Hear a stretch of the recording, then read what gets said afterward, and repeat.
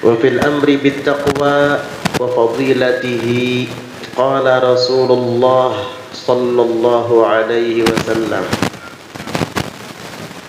ittaqillaha haitsu ma kunta wa atbi'is sayyi'ata al-hasanata tamhuha wa khaliqin nasa bi khuluqin hasan. Dan di dalam perintah bertakwa serta keutamaannya, Rasulullah sallallahu alaihi wasallam bersabda, di pelajaran yang telah lalu kita membaca tentang firman-firman Allah yang berkaitan dengan keuntungan bertakwa. Maka malam ini adalah hadis-hadis Nabi Muhammad sallallahu alaihi wasallam yang tentunya juga berkaitan dengan keuntungan bertakwa. Rasulullah sallallahu alaihi wasallam bersabda, ittaqillaha haitsu ma kunta. Takutlah engkau kepada Allah, bertakwalah engkau kepada Allah, haitsu ma kunta, dimanapun engkau berada. Takwa tidak hanya dilakukan di dalam majelis taklim saja. Takwa juga tidak hanya dilakukan di masjid saja, tetapi takwa juga harus diamalkan di tempat-tempat lainnya, di tempat kerja, di rumah, di dalam keramaian, ataupun di dalam kesendirian. Harus takut kepada Allah, harus selalu merasa diawasi oleh Allah. Wa atbi'is sayyi'atal hasanata tamhuha, dan ikutkanlah kejahatan itu akan kebaikan. Tamhuha, niscaya kebaikan itu akan menghapus kejahatan tadi. Artinya, jika kita melakukan kesalahan, dosa, maka bersegeralah untuk kemudian melakukan kebaikan, agar kebaikan itu dapat menghapus dosa-dosa dan kesalahan kita tersebut. Makanya para ulama menganjurkan bagi orang yang menggibah atau berdusta atau melakukan maksiat yang lain agar setelah itu berwudu. Karena ghibah, berbohong dan lain-lain adalah dosa dan kesalahan. Maka barangkali dengan berwudu dosa-dosa tersebut dihapus. Para ulama juga menganjurkan jika seorang suami menyenggama istrinya di saat sedang datang bulan dan itu adalah haram, dilarang, bahkan langsung larangan tersebut disebutkan di dalam Al-Quran, wa'tazilun nisa'a fil mahidhi hatta yathurna fa idza tatahharna fa'tuhunna min haitsu amarakumullah. Jauhi wanita, maksudnya istri-istri kamu, fil mahid, pada waktu dia sedang menstruasi, datang bulan, tidak boleh digauli. Hatta yathurna, sampai kemudian mereka suci. Para ulama menyebutkan sucinya perempuan dari haid adalah setelah darahnya putus, tuntas. Dan ini kebiasaan perempuan berbeda-beda. Ada yang datang bulannya 6 hari, ada yang 7 hari. Kalau sudah tuntas, lalu kemudian wanita tersebut mandi, baru dikatakan suci. Hatta yathurna, sehingga mereka, istri-istrimu tadi, suci. Maksudnya tuntas dari datang bulan, kemudian mandi. Kalau hanya sekedar tuntas darah haidnya tetapi masih belum mandi, berarti dia masih belum suci, masih belum boleh kamu senggama. Fa idza tatahharna, dan apabila mereka sudah suci, silahkan fa'tuhunna, kalian boleh menyenggama mereka. Nah, apabila ada orang yang menyenggama istrinya di saat sedang datang bulan dan itu tidak boleh, itu larangan, dosa, maka dianjurkan baginya untuk bersedekah. Jika itu di awal haid perempuan, dia bersedekah dengan emas, atau di akhir haid maka bersedekah dengan perak, dinar atau dirham. Itu tujuannya adalah agar menghapus dosa-dosanya dan tidak boleh diulangi lagi. Jangankan berhubungan badan, bersenang-senang antara pusar dan lutut dilarang. Jadi barangkali kebaikan-kebaikan tersebut dapat menghapus kesalahan yang kita perbuat, karena kebaikan itu adalah tali penghubung antara kita dengan Allah Subhanahu wa Ta'ala. Selama tali penghubung itu ada, insya Allah Allah akan rahmati kita dan ampuni kita. Jangan diputus. Sayyidil Habib Umar bin Muhammad bin Salim bin Hafidh, beliau pernah bercerita. Kata beliau, dulu ada sekawanan perampok sedang menjarah seorang pelancong yang sedang akan berangkat haji. Ketika harta miliknya dirampas oleh perampok-perampok itu, termasuk seluruh barang perbekalan yang dibawanya, maka dia pun mencari tahu pimpinan perampok tersebut sehingga ia tahu dengan pimpinan mereka. Maka lelaki ini mendatangi pemimpin perampok tadi dan menceritakan tentang kejadian yang baru saja dialaminya, dan dia minta tolong agar perbekalan itu dikembalikan lagi ke dia. Ketika lelaki ini minta bantuan kepada pemimpin perampok itu, orang-orang yang ada di rumah menyuguhkan kopi. Ketika kopi itu disuguhkan di hadapan ketua perampok itu menolak. Tidak, saya sedang puasa. Kepala perampok puasa, masa ente nggak puasa? Kaget orang yang jadi korban perampokan tadi. Akhirnya dia protes, engkau berpuasa sedangkan engkau adalah kepala perampok.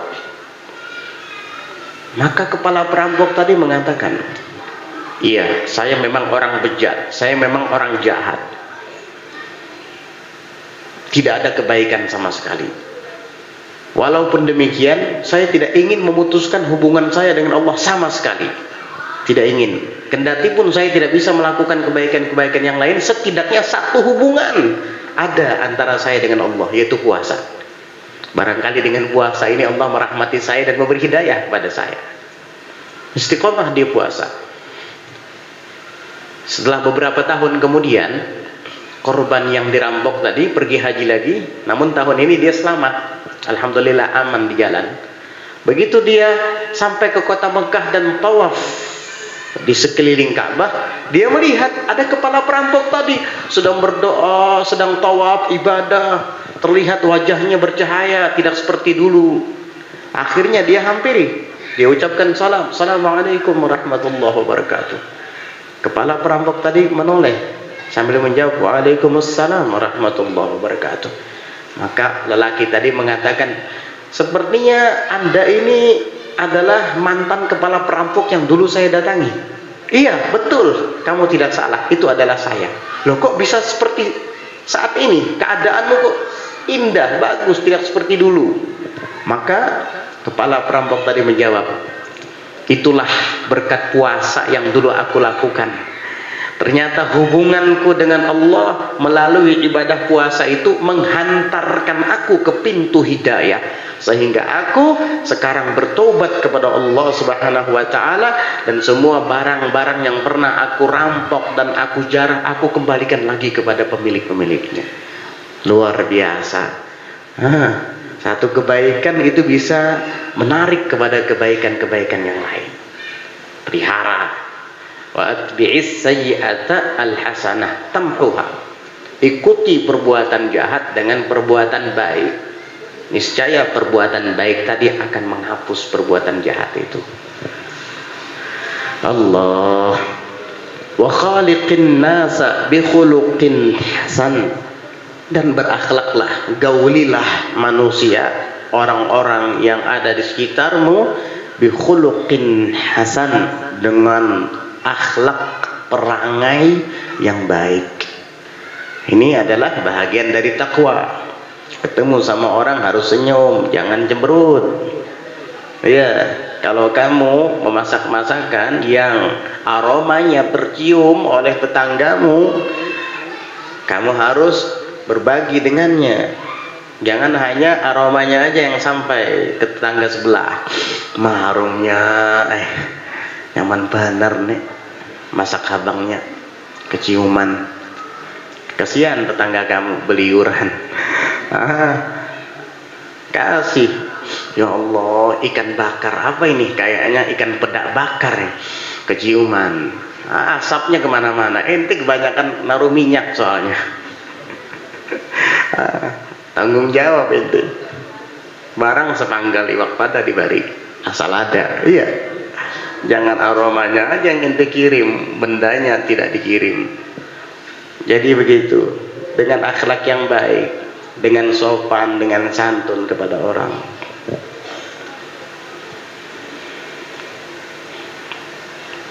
Wa qala Rasulullah sallallahu alaihi wasallam. Dan bersabda Rasulullah sallallahu alaihi wasallam, usikum bitaqwallah was-sam'i wat-tha'ah wa in ta'ammara 'alaikum 'abdun habasyiyun. Al-hadis. Kata Nabi sallallahu alaihi wasallam bersabda, aku berwasiat kepada kalian agar berpegang teguh dengan takwa kepada Allah, wasam'i, dan mendengarkan. Maksudnya mendengarkan perintah pimpinan. Ya, pimpinan jangan dilanggar. Wajib kita mentaati peraturan pemimpin kita. Selama peraturan itu tidak bertentangan dengan agama, wajib ditaati. Karena Allah Subhanahu wa taala memerintahkan atiullaha wa atiur rasula wa ulil amri minkum. Taati Allah dengan bertakwa kepadanya. Taati Rasulullah dengan menjalankan ajarannya. Dan taatilah ulil amri, pemimpin-pemimpin kalian.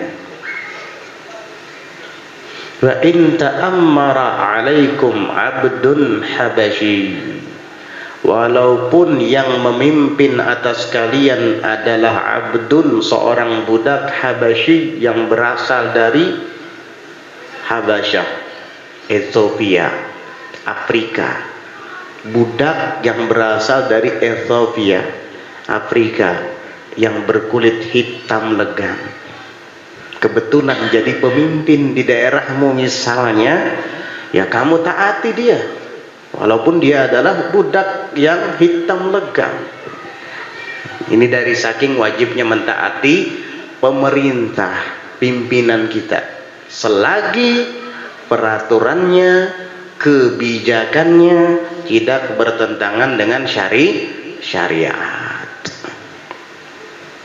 Kalau misalkan di dalam sebuah negara pemimpinnya muslim, negaranya negara Islam, tetapi ada peraturan bahwa tidak boleh wanita menggunakan kerudung misalnya, jangan ditaati, karena itu melanggar perintah agama. La ta'ata lil khalqi fi ma'siyatil khaliq. Kita tidak wajib taat kepada makhluk dalam rangka bermaksiat kepada Sang Pencipta. Allah Subhanahu wa taala. Wa qala alaihi salatu wassalam, dan bersabda Rasulullah sallallahu alaihi wasallam, ittaqin nara walau bisyiqqi tamratin fa in lam tajid fa bi kalimatin thayyibah. Dan Rasulullah sallallahu alaihi wasallam bersabda, takutlah engkau dengan neraka. Hati-hati, waspadai api neraka itu. Walau bisyiqqi tamrah, walaupun dengan hanya sebiji kurma. Nah, sebiji kurma itu dibelah dua.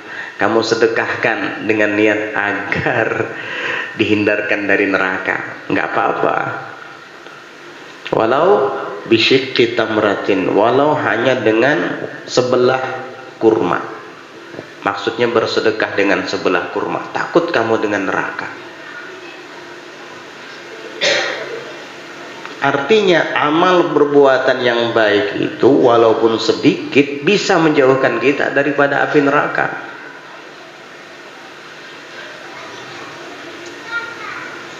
Di dalam Sahihul Bukhari dan Muslim diriwayatkan an Aisyah radhiyallahu anha qalat, dari Sayyidah Aisyah radhiyallahu anha, beliau berkata, ja'atni miskinatun tahmilu ibnataini laha, pernah datang kepada saya wanita miskin membawa dua orang putrinya. Fa'at'amtuha thalatha tamaratin, maka aku beri mereka makan dengan 3 biji kurma. Kata Sayyidah Aisyah, saya kasihan, ada ibu-ibu miskin bawa 2 orang anaknya. Saya punya kurma kebetulan sedikit, akhirnya saya kasih 3 biji. Bu, katanya, ini kurma buat ibu. Dikasih 3 biji. Kemudian fa'aqat kulla wahidatin minhuma tamratan, maka Sayyidah Aisyah radhiyallahu anha, bukan Sayyidah Aisyah, ibu miskin tadi radhiyallahu anha memberikan setiap anak-anaknya yang 2 orang tadi sebiji kurma. Kan 3 biji bagi 3 ya. Anaknya yang perempuan satunya dikasih, yang satunya dikasih. Akhirnya kedua anak tersebut memakan kurma itu. Pas giliran ibunya mau memakan kurma tadi, warafa'at ila fiha, dan ibu tadi sudah mengangkat tangannya yang memegang kurma itu ke mulut, litakulaha, untuk memakannya, fastat'amaha ibnataha, maka kedua anaknya tadi pengen makan lagi. Bu, mau kurma lagi, katanya. Akhirnya ibunya mengalah. 1 biji kurma yang merupakan jatah ibunya tadi, dia belah menjadi 2. Yang sebelah diberikan kepada anak yang satu, dan yang sebelahnya lagi dikasihkan kepada anak yang satunya lagi. Sedangkan ibu tadi tidak jadi makan kurma demi anak. Begitulah kasih sayang ibu kepada anak. Dia mau mengalah walaupun dia tidak makan apa-apa. Sayyidah Aisyah melihat kejadian itu, beliau kagum. Selang beberapa waktu kemudian datang suaminya Rasulullah sallallahu alaihi wasallam. Maka Sayyidah Aisyah menceritakan tentang apa yang dilakukan oleh wanita miskin tadi. Akhirnya Rasulullah sallallahu alaihi wasallam tersenyum dan mengatakan, innallaha qad aujaba laha biha al-jannah. Sesungguhnya Allah telah wajibkan untuk ibu yang miskin tadi kelak masuk surga dengan berkat sebegi kurma yang diberikan kepada kedua putrinya tadi. Karena apa? Karena kasih sayangnya. walaupun kebaikannya terlihat sepele, hanya memberikan sebiji kurma dan dibagikan kepada anak-anaknya lagi. Itu kata Nabi, Allah wajibkan untuknya surga. Sallallahu alaihi wa ala alihi wa sahbihi wasallam. Makanya jangan remehkan perbuatan baik itu walau sedikit. Ittaqillaha wa la tahqiranna minal ma'rufi syai'a. Takutlah engkau kepada Allah dan jangan engkau remehkan kebaikan itu walaupun sedikit. Karena kita tidak tahu di mana Allah meletakkan ridhonya. Kadangkala perbuatan yang sedikit itu bila beriringan dengan ridhonya Allah, bersamaan dengan ridhonya Allah, akan menjadi penyebab kita mendapat keridhoannya.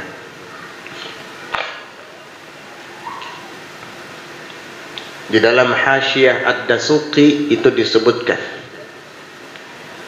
Al-Imam Al-Ghazali rahimahullahu ta'ala setelah meninggal dunia, ada orang bermimpi melihat beliau, dan orang itu bertanya, ma fa'alallahu bik, apa yang Allah lakukan terhadapmu wahai Imam Ghazali? Maka beliau menjawab, ghafarallahu li wa rahimani, Allah mengampuni dosa-dosaku dan merahmati aku. Orang itu bertanya, apakah berkat kitab-kitab yang kamu karang itu? Engkau mengarang kitab Ihya Ulumiddin, mengarang kitab Bidayatul Hidayah, mengarang kitab banyak sekali, Al-Arba'in Al-Asl dan lain-lain. Apa karena itu engkau mendapat ampunan dari Allah dan mendapat rahmatnya? Imam Ghazali mengatakan, bukan karena itu, kata Imam Ghazali. Lantas karena apa? Dulu waktu saya sedang menulis kitab, saya mencelupkan pena ke dalam dawat. Dawat itu tempat tinta. Kalau zaman dahulu menulis dengan pena, bukan dengan pulpen. Kalau kita kan pakai pulpen sekarang enak. Kalau dulu pakai pena, ada penanya, ada tintanya. Setiap kali mau menulis di kertas, kita celupkan dulu pena itu ke tinta, ke dawat, mihbarah. Setelah itu baru ditulis di kertas. Kalau sudah mulai habis, kan lagi tulis lagi. Orang zaman dahulu begitu. Jadi ketika Imam Ghazali mencelupkan tintanya ke dalam dawat dan mengangkatnya, tiba-tiba datang seekor lalat di tinta itu. Rupanya lalat tersebut kehausan. Maka dia hinggap di ujung tinta Imam Ghazali dan meminum tinta yang ada di ujung pena itu.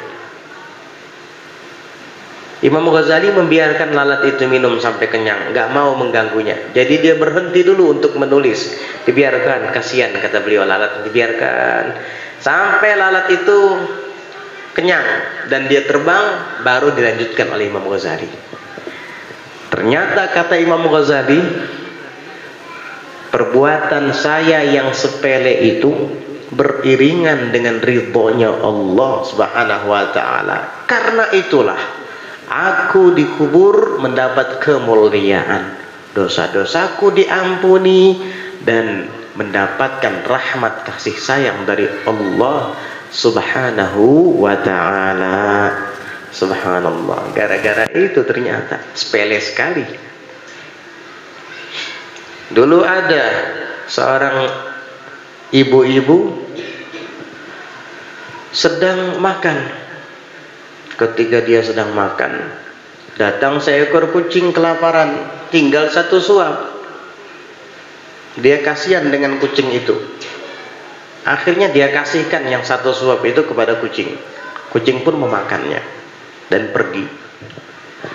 Suatu ketika anak ibu sedang bermain, tiba-tiba datang seekor serigala yang sedang kelaparan dan memangsa anak ibu itu. Dia gigit, dia bawa kabur. Ibu tadi teriak minta tolong. Akhirnya datang sosok berpakaian putih. Sosok itu kemudian mengejar serigala itu dan menangkapnya serta mengeluarkan anak ibu tadi, menyelamatkan anak ibu tadi dari mulut serigala yang menggigitnya. Diangkat, selamat akhirnya anak ibu tadi. Akhirnya serigala tadi pergi ketakutan. Maka ibu tadi kaget dan heran kepada lelaki asing itu, putih bersih. Kata ibu, siapa engkau? Lelaki itu mengatakan, saya adalah malaikat yang Allah Ta'ala kirim untuk menyelamatkan putramu. Loh, kenapa engkau mendapat perintah itu dari Allah? Maka malaikat itu menjelaskan, al-lugmah bil-lugmah. Karena kamu memberikan sesuap makan buat kucing itu, maka anakmu yang harusnya disuap oleh serigala, saya selamatkan berkat satu suapan itu. Akhirnya apa? Allah Ta'ala memerintahkan saya untuk menyelamatkan putramu yang sebentar lagi akan ditelan oleh serigala. Subhanallah. Jadi jangan sepelekan kebaikan itu walaupun sedikit. Bisa jadi bersamaan dengan ridhonya Allah Subhanahu wa Ta'ala. Begitu pula sebaliknya, kejahatan, dosa jangan disepelekan walaupun sedikit. Bahkan menganggap sepele dosa-dosa kecil itu sama dengan melakukan dosa besar. Hati-hati, karena dosa itu akan menarik yang lainnya. Innal ma'siyata yajurru ba'daha ba'dan. Sesungguhnya maksiat itu akan menarik sebahagian yang lain akan sebahagian yang lainnya. Sedikit. Pecandu minuman keras itu pertama kali minum dia setengah gelas dulu, akhirnya segelas, akhirnya sebotol, akhirnya kecanduan. Orang-orang yang nyabu-nyabu itu nyoba-nyoba dulu sedikit, merasa enak-enak, akhirnya ketagihan. Hati-hati, dosa itu jangan diremehkan walaupun sedikit, dia akan menarik yang lebih besar. Gara-gara dosa yang sedikit imanmu hangus nanti. Jangan anggap remeh loh puntung rokok itu, walaupun bentuknya kecil. Kadangkala sebuah kampung yang besar hangus dilalap api gara-gara satu puntung rokok yang masih menyala. Kadang-kadang gedung yang bertingkat dan tinggi itu hangus dimakan api gara-gara obat nyamuk. Pasar hangus kadang gara-gara lilin. Hati-hati, jangan kamu anggap remeh dosa itu walaupun kecil, karena bisa jadi di balik dosa kecil itu ada murkanya Allah, sehingga ketika kamu lakukan dosa kecil tersebut bersamaan dengan murkanya Allah Subhanahu wa Ta'ala. Na'udzubillah min dzalik. Fa in lam tajid fa bi kalimatin thayyibah, maka jika engkau tidak menemukan sepenggal daripada kurma tadi, sebelah dari kurma tadi, minimal dengan kalimatin thayyibah, kalimat yang baik. Dengan kalimat yang baik. Kebiasaan orang Hadramaut itu kalau baru ketemu dengan temannya, Assalamualaikum, salam dulu. Waalaikumsalam warahmatullahi wabarakatuh. Baru salam itu sudah kalimat thayyibah itu. Pasti ada kalimat kaif halak, khair, kaif sihatak, baik ya, gimana keadaanmu, gimana kesehatanmu, begitu. Oh, alhamdulillah ana baik, ana sehat. Anta kaif, inti gimana? Alhamdulillah bikhair wa afiyah, ana baik, ana afiyah. Itu biasa kayak gitu, hari-hari ketemunya ya gitu-gitu lagi. Kaif halak bikhair ya, kaif halak bikhair gitu. Itu kalimat thayyibah itu. Nah, kalau kita kadang-kadang nguyak, si ini pasti betakun kabar sih. Itu kalimat thayyibah itu. Ada nilainya, sedekah itu. Bahkan sampai kepada Allah Subhanahu wa Ta'ala. Ilaihi yas'adul kalimut thayyibu wal 'amalus salihu yarfa'u. Ilaihi yas'adul kalimut thayyib, kepada Allah naik kalimat-kalimat baik. Wal 'amalus salihu yarfa'u, dan amal yang saleh itu diangkat sama Allah. Jangan bosan seperti itu. Enggak apa-apa. Gimana kabarnya? Baik ya? Baik, alhamdulillah, khair, afiat. Gimana kabarnya? Baik, alhamdulillah. Ntar besok ketemu gitu lagi, nggak apa-apa. Bosan kamu? Nyanyi lagu dangdut nggak bosan? Nyanyi lagu-lagu nggak karuan nggak bosan? Itu nggak sampai kepada Allah itu. Yang sampai kepada Allah itu tadi yang kaif halak tadi, gimana kabarmu, baik ya, gimana kesehatanmu, baik ya, gimana abah, sehat ya. Itu kalimat thayyib itu sampai kepada Allah. Lagu-lagu yang kamu dendangkan itu tidak akan sampai kepada Allah itu. Nggak bosan. Menggibah orang nggak bosan, itu tidak akan sampai kepada Allah. Mengejek orang nggak bosan, terus saja. Itu nggak sampai kepada Allah, karena itu kalimat-kalimat sempalan, dosa. Tapi kalau al-kalimat thayyib, kalimat yang baik-baik itu sampai kepada Allah. Ilaihi yas'adul kalimut thayyibu wal amalus salihu yarfa'uh. Kepada Allah sampai naik kalimat-kalimat yang baik dan amal yang saleh diangkat, ditinggikan sama Allah Subhanahu wa taala. Wa kana alaihi salatu wassalamu yaqulu fi du'aihi Allahumma inni as'alukal huda wat tuqa wal afafa wal ghina. Dan adalah Rasulullah sallallahu alaihi wasallam itu beliau berkata di dalam doanya, Allahumma ya Allah, inni as'alukal huda, sesungguhnya saya memohon kepadamu al-huda, hidayah, wat tuqa, dan takwa. Emang Nabi nggak dapat hidayah apa? Beliau sang pemberi hidayah. Abdun arsalahu Allahu lil alamina basyiran wa nadhira faballagha ar-risalah wa addal amanah wa hadallahu bihi minal ummati basyaran katsira.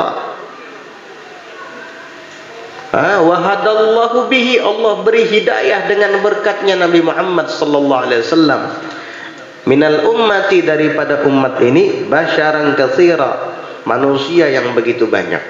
Dengan berkat siapa mereka dapat hidayah? Nabi Muhammad sallallahu alaihi wasallam. Berarti beliau adalah juru kunci hidayah. Tapi beliau berdoa, Allahumma inni as'alukal huda, ya Allah saya memohon kepadamu hidayah.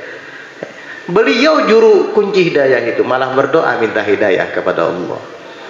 Wat tuqa, dan takwa. Emang Nabi tidak takwa apa sampai memohon seperti itu? Nabi itu pernah bersabda di dalam sebuah hadis, ama inni akhsyakum lillah wa atqakum lah. Ketahuilah saya yang paling takut kepada Allah di antara kalian, dan saya yang paling takwa kepada Allah di antara kamu sekalian. Sallallahu alaihi wa alihi wasallam.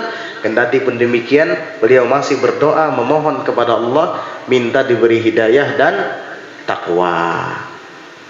Apalagi wal afafa, dan afaf, kehormatan, harga diri, kehormatan, agar terpelihara daripada maksiat. Wal ghina, dan ghina. Apa ghina?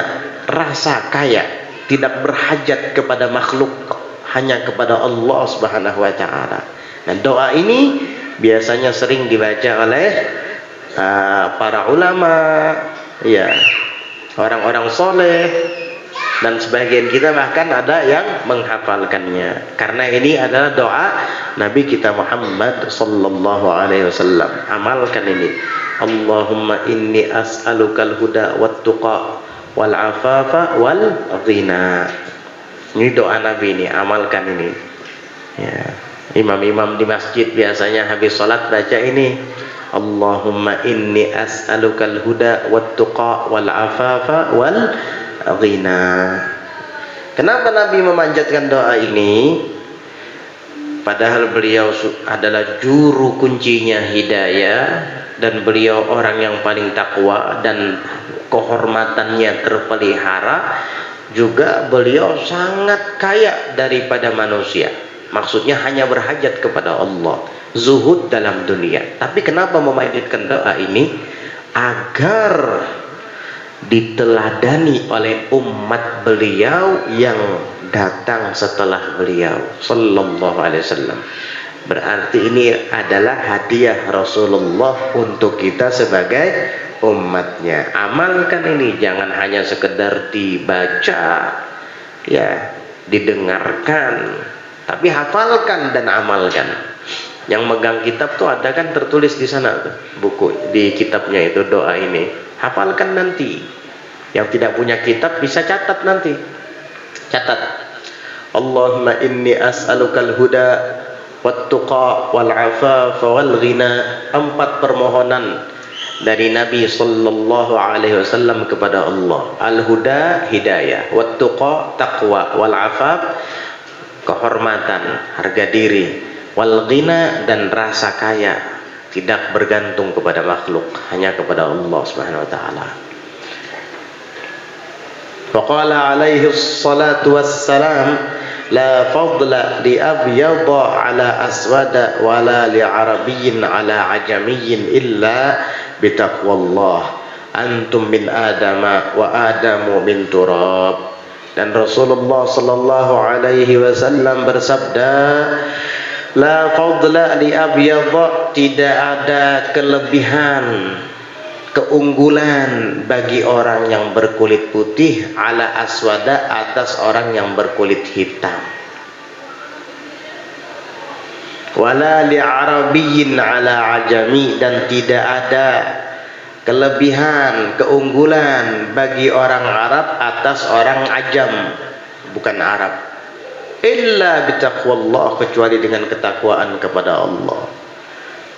Yang mengungguli kita, apa, kita mengungguli orang lain bukan dengan kulit kita yang putih. Oh, saya putih, kamu kulitnya hitam, berarti saya lebih mulia di sisi Allah. Enggak, bukan dengan begitu. Atau saya kurus, kamu gendut, saya lebih mulia daripada kamu. Enggak, bukan seperti itu. Atau saya orang Arab, kamu orang ajam, saya lebih mulia daripada kamu. Enggak, bukan dengan itu, tapi dengan takwa. Hiduplah mulia dengan takwa, bukan dengan lifestyle. Oh, saya rambutnya semiran loh, kamu gak semir, saya lebih mulia dari kamu. Enggak. Bukan dengan semir kamu mulia. Paham? Gitu. Ada orang badannya gendut, kulitnya hitam, rambutnya kribo, tapi dia penyembahyang, qiyamul lail, puasa sunnah. Itu jauh lebih mulia daripada kamu yang kulitnya putih tadi, yang tinggi langsing dan kelihatan ganteng tadi. Kenapa? Karena dia bertakwa, kamu tidak. Ketampanan kamu, kulit putihmu, tubuh indahmu, jatah cacing tanah itu. Kalau kamu mati muda, akan jadi santapan cacing tanah. Kalau kamu sudah tua, rambutmu yang indah berubah jadi putih, kulitmu yang kencang menjadi kendor, keriput, badanmu yang indah menjadi bungkuk. Apa yang kamu banggakan itu? Kalau mati muda, jadi jatah cacing tanah. Kalau panjang umur, hilang semuanya itu, keriput, beruban, bungkuk. Kamu hanya mengenang masa lalumu melalui foto-foto. Lagi aku umur 25 tahun.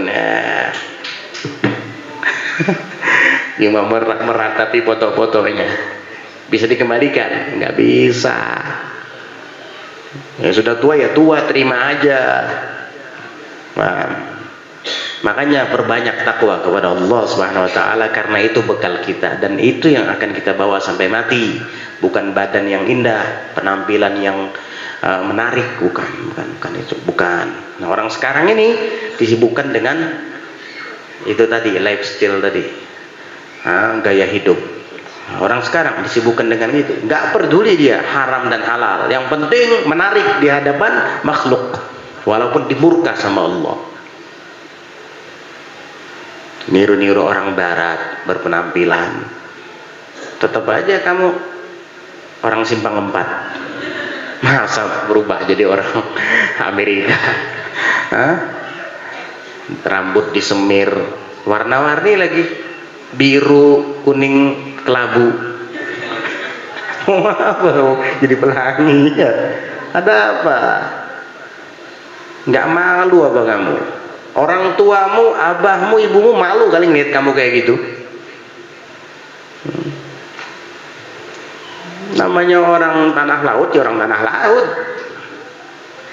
Iya.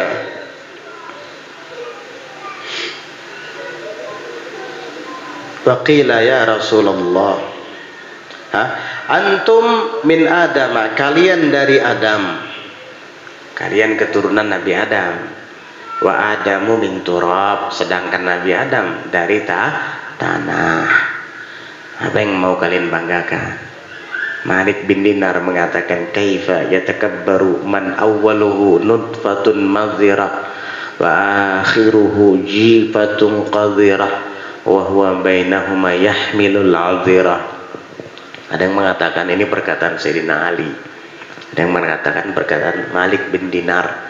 Bagaimana mungkin sombong orang yang awal diciptakan dari air nutfah, sperma yang hina, dan episode terakhir hidupnya menjadi bangkai yang menjijikkan di dalam kuburan. Wa huwa bainahuma yahmilul azirah, sedangkan ia di antara hidup dan mati membawa kotoran. Itulah kita, itulah hakikat manusia. Kita sekarang hidup ya, belum mati. Kita bawa kotoran nih di badan kita. Makanan yang kamu santap tadi siang sekarang jadi kotoran di perut kamu. Sebentar lagi kamu buang nanti itu kotoran. Di dalam kulitmu ada darah. Kalau keluar dari tubuhmu najis, kotoran. Di dalam lambung perutmu dan mulutmu ada cairan. Kalau keluar yang di dalam lambung perut najis, yang di dalam mulut walaupun tidak najis menjijikkan, berbau kadang. Itulah hakikat manusia. Kita di dalam hidup sebelum mati membawa kotoran. Bahkan angin saja yang di dalam tubuh kita ini kalau keluar baunya naudzubillah. Apalagi selesai makan telur asin. Iya. Kamu mau sombong? Apa yang mau kamu sombongkan? Faqila ya Rasulullah man akramun nasi, qala atqahum, al-hadis. Dan dikatakan kepada Rasulullah sallallahu alaihi wasallam, man akramun nas, ditanya Nabi, siapa sih manusia yang paling mulia ya Rasulullah? Qal, Nabi menjawab, atqahum, yang paling takwa di antara mereka. Al-hadis, yang paling takwa itulah yang mulia. Mereka lah yang paling mulia. Mudah-mudahan kita termasuk hamba-hamba Allah Ta'ala yang senantiasa bertakwa kepadanya dimanapun kita berada. Di majelis taklim kita takwa seperti saat ini. Nanti ketika sudah bubar pulang ke rumah masing-masing, tetap takwa itu kita pelihara. Besok di tempat kerja kita tetap terus bertakwa. Mudah-mudahan Allah Ta'ala karuniakan ke dalam hati kita hakikat takwa, sehingga kita hidup dalam keadaan takwa, meninggal dalam keadaan takwa, dikumpulkan bersama orang-orang bertakwa di bawah pimpinan Nabi yang paling bertakwa, Nabi Muhammad sallallahu alaihi wa ala alihi wa sahbihi wasallam. Amin Allahumma amin.